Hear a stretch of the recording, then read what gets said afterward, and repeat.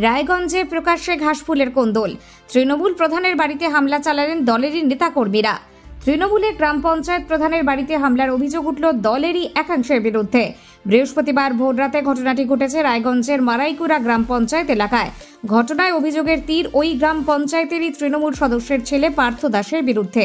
স্থানীয় সূত্রে জানা গিয়েছে, এদিন ভোর 4:30 নাগাদ মারাইকুড়া গ্রাম পঞ্চায়েতের প্রধান তৃষা প্রামাণিকের বাড়িতে ঢুকে হামলা চালায় একদল স্থানীয় যুবক।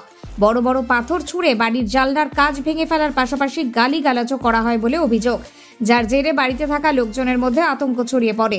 এরপরই পুলিশ ঘটনাস্থলে এসে হামলায় জড়িত থাকার অভিযোগে তৃণমূল ছাত্র পরিষদের সদস্য তনয় শর্মাকে আটক করে থানায় নিয়ে যায়। এদিকে ঘটনার খবর পেয়ে প্রধানের বাড়িতে আসেন তৃণমূল গ্রাম পঞ্চায়েত সদস্য বিশ্বনাথ দাসের ছেলে পার্থ দাস। কিন্তু আসার পরই প্রধানের স্বামী তথা যুব তৃণমূল কংগ্রেসের জেলা সহসভাপতি কুশল প্রামাণিকের সঙ্গে তুমুল বাগবিতণ্ডা লেগে যায় তার। পার্থ দাসের মদতেই হামলা চালানো হয়েছে বলে দাবি করেন পঞ্চায়েত প্রধানের স্বামী।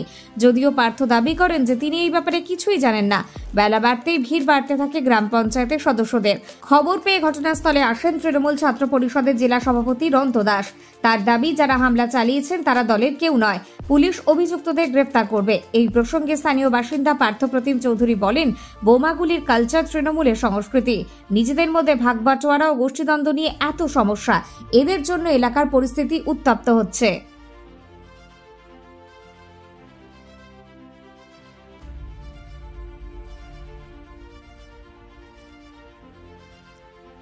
রায়গঞ্জে প্রকাশ্যে ঘাসফুলের কোন্দল। তৃণমূল প্রধানের বাড়িতে হামলা চালালেন দলেরই নেতাকর্মীরা।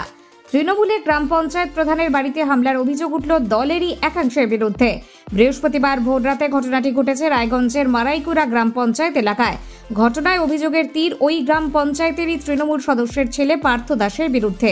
স্থানীয় সূত্রে জানা গিয়েছে, এদিন ভোর 4:30 নাগাদ মারাইকুড়া গ্রাম পঞ্চায়েতের প্রধান তৃষা প্রামাণিকের বাড়িতে ঢুকে হামলা চালায় একদল স্থানীয় যুবক। বড় বড় পাথর ছুঁড়ে বাড়ির জানলার কাঁচ ভেঙে ফেলার পাশাপাশি গালিগালাজও করা হয় বলে অভিযোগ, যার জেরে বাড়িতে থাকা লোকজনের মধ্যে আতঙ্ক ছড়িয়ে পড়ে। এরপরই পুলিশ ঘটনাস্থলে এসে হামলায় জড়িত থাকার অভিযোগে তৃণমূল ছাত্র পরিষদের সদস্য তনয় শর্মাকে আটক করে থানায় নিয়ে যায়। এদিকে ঘটনার খবর পেয়ে প্রধানের বাড়িতে আসেন তৃণমূল গ্রাম পঞ্চায়েত সদস্য বিশ্বনাথ দাসের ছেলে পার্থ দাস। কিন্তু আসার পরই প্রধানের স্বামী তথা যুব তৃণমূল কংগ্রেসের জেলা সহসভাপতি কুশল প্রামাণিকের সঙ্গে তুমুল বাগবিতণ্ডা লেগে যায় তার।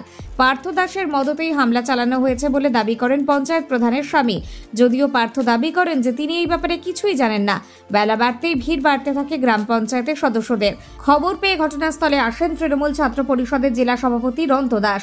তার দাবি, যারা হামলা চালিয়েছেন তারা দলের কেউ নয়, পুলিশ অভিযুক্তদের গ্রেফতার করবে। এই প্রসঙ্গে স্থানীয় বাসিন্দা পার্থপ্রতিম চৌধুরী বলেন, বোমাগুলির কালচার তৃণমূলের সংস্কৃতি।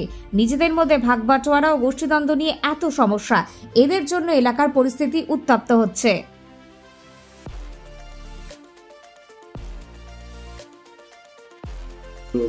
দিদি, আপনার নাম? আমার নাম তৃষা প্রামাণিক রায়। আপনি কোন দলের কি আমি এখন 10 নম্বর মারাইকুড়া পঞ্চায়েতের প্রধান আছি। আর কি হয়েছে ঘটনা? আজকে রাত্রি বলবো না, ভোর বলবো, 4টা থেকে 4:15টার মধ্যে অনেক জোরে বোমের আওয়াজ পাই প্রথমে। তারপরে কেউ বা কাহারা বড় বড় ইট নিয়ে, মানে আমাদের যেহেতু কাচের বাউন্ডারি, সে কাচের জানালার মধ্যে ক্রমশ হিট করতে থাকে, মানে পাথর ছোড়ে। গুলিরও আওয়াজ পেয়েছি আমি, আর বোমের আওয়াজ তো প্রথমেই পেয়েছি। তারপর থেকে পাথর ছুটতে শুরু করে, মানে এত পাথরের, মানে বৃষ্টির মতো, পুরো পাথর, ইট পাথরের বৃষ্টির মতো ছুড়েছে। তারপর আমাদের এখন কে বা কারা করেছে সে তো একজনকে তো আমরা দেখতেই পেয়েছি, তাদের নামগুলো হচ্ছে, এটা কি বলাটা ঠিক হবে? না, মনে হয় না বলাটা ঠিক হবে। কে বা কারা করে বলে আপনার মনে হচ্ছে? এখানে কিছু দুষ্কৃতী এখন মনে হচ্ছে যে তৈরি হয়ে গেছে, তারা এই কাজটা করেছে। আর প্রথমত তারা নিশ্চয়ই কোনো রকমের নিজেদের শত্রুতা দেখাতে গিয়ে এই কাজটা করেছে। পুলিশের ভূমিকা কেমন? পুলিশের ভূমিকা, আমরা সঙ্গে সঙ্গে পুলিশকে ফোন করেছি, কিন্তু ওনারা আসতে বা বুঝতে হয়তো সময় লাগিয়েছে, কিন্তু আমরা আশা রাখছিলাম যে পুলিশ আরো তাড়াতাড়ি একটু সক্রিয় হয়ে আসবে। আপনি একজন এলাকার জনপ্রতিনিধি প্লাস আপনি একজন শাসক দলের নেতা তৃণমূলের, সেখানে গিয়ে আপনি নিরাপত্তা নেই, তাহলে সাধারণ মানুষরা কোথায় নিরাপত্তা নেই? কি বলবেন? এটা নিয়ে সত্যিই ভাবার বিষয় আছে, যেখানে আমরা জনপ্রতিনিধিরা বা আমরা শাসক দলের জনপ্রতিনিধিরা নিজেদেরকে নিরাপত্তা এখন আধারে দেখছি না, সেখানে সাধারণ জনগণের তো অবশ্যই সমস্যা আছে। তো আমি একটাই প্রশাসনের কাছে আজকে অনুরোধ জানাবো যে এই জিনিসগুলো ভালো মতো খুঁটিয়ে দেখা, যে দোষী তাকে প্রাপ্য শাস্তি দেওয়া, যাতে পরবর্তীতে এরকম কেউ কিছু ঘটনা ঘটানোর আগে যেন অন্তত পক্ষে একবার ভেবে দেখে। কি কারণে মানে আতঙ্ক প্রথম আতঙ্ক যে এরকম জিনিস হওয়াটাই অস্বাভাবিক ব্যাপার।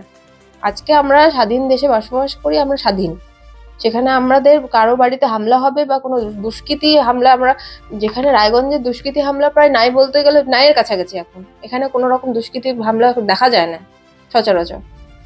মানে কি কারণে হতে পারে আপনার কোনো ধারণা রয়েছে? এইটা আমার মনে হয় রাজনৈতিক দিকেরই কোনো রকমের শত্রুতা। এরকম সমস্যা কখনো ফেস করেছেন? না, আগে কখনো এরকম সমস্যা ফেস করিনি আমি, এটাই প্রথম। গোষ্ঠীকন্দল হতে পারে, এখন আমি তো বলতে পারবো না যে কি থেকে এটা হয়েছে, কিন্তু এটা মানে অ্যাকসেপ্টেবল না।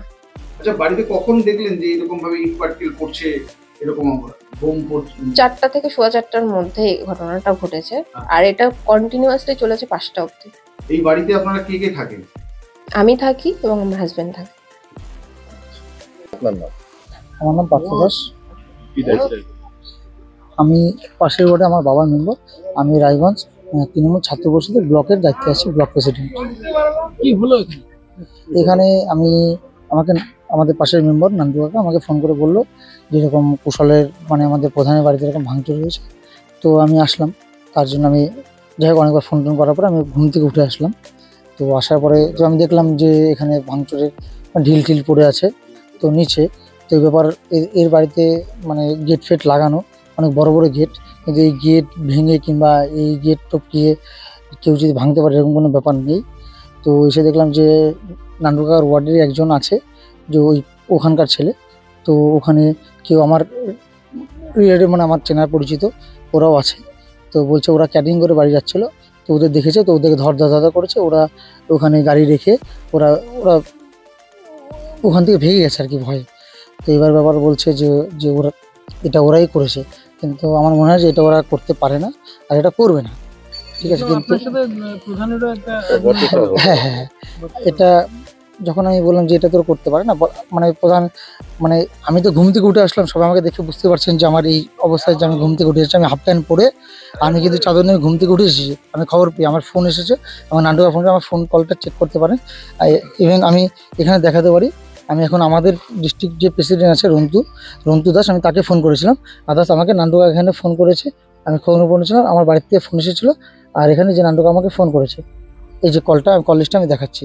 প্রধান সাহেব যে ওই অফিসারবাবু যাদের 3 জনের কথা বলছেন, এ তো আপনাদের দলেরই লোক। আমাদের দলের লোক, আমাদের তৃণমূলের এমন ইভেন যাদের কথা বলছে ওরা তৃণমূল ছাত্র পরিষদের হচ্ছে অঞ্চলের দায়িত্বও রয়েছে। তো ওরা এই কাজটা করতে, ওরা ক্যাটারিং করে, ঠিক আছে। তো মানে সবাই খেটে খাওয়া মানুষ, না এরকম কোনো ব্যাপার নেই। ওর মনে হয়েছে ওরা যেহেতু এত রাত্রে ক্যাটারিং করে রাত্রি 3টা 3:30টার দিকে সবাই বাড়িতে যায়, তো ওরা ক্যাটারিং করে যাচ্ছিল, ওর মনে হয়েছে হয়তো ওরা করেছে, সেই পরিপ্রেক্ষিতেও বলেছে। তো সেটা আমি ওর সাথে কথা বলে নিচ্ছি, এমন কোনো ব্যাপার নেই যে এটা ওই হবে, কিন্তু ওরা এটা করতে পারে না। না ছি, এরকম কোনো এটা অসুবিধা। এটা যদি আমাদের প্রধান সাহেব বলে যায় গুলি বোমা চলেছে, তাহলে মানে এতে মানে লজ্জাজনক আর এতে ভিত্তিহীন এরকম ঘটনা ঘটতে পারে না, কোনো সময় এটা হতে পারে না। একটা পাড়ার লোক বেরিয়েছে, একটা পাড়ার লোক আসেনি, শুধু আমরা রয়েছি। গুলার লোক থাকবে, একটা পাড়ার লোক আসেনি।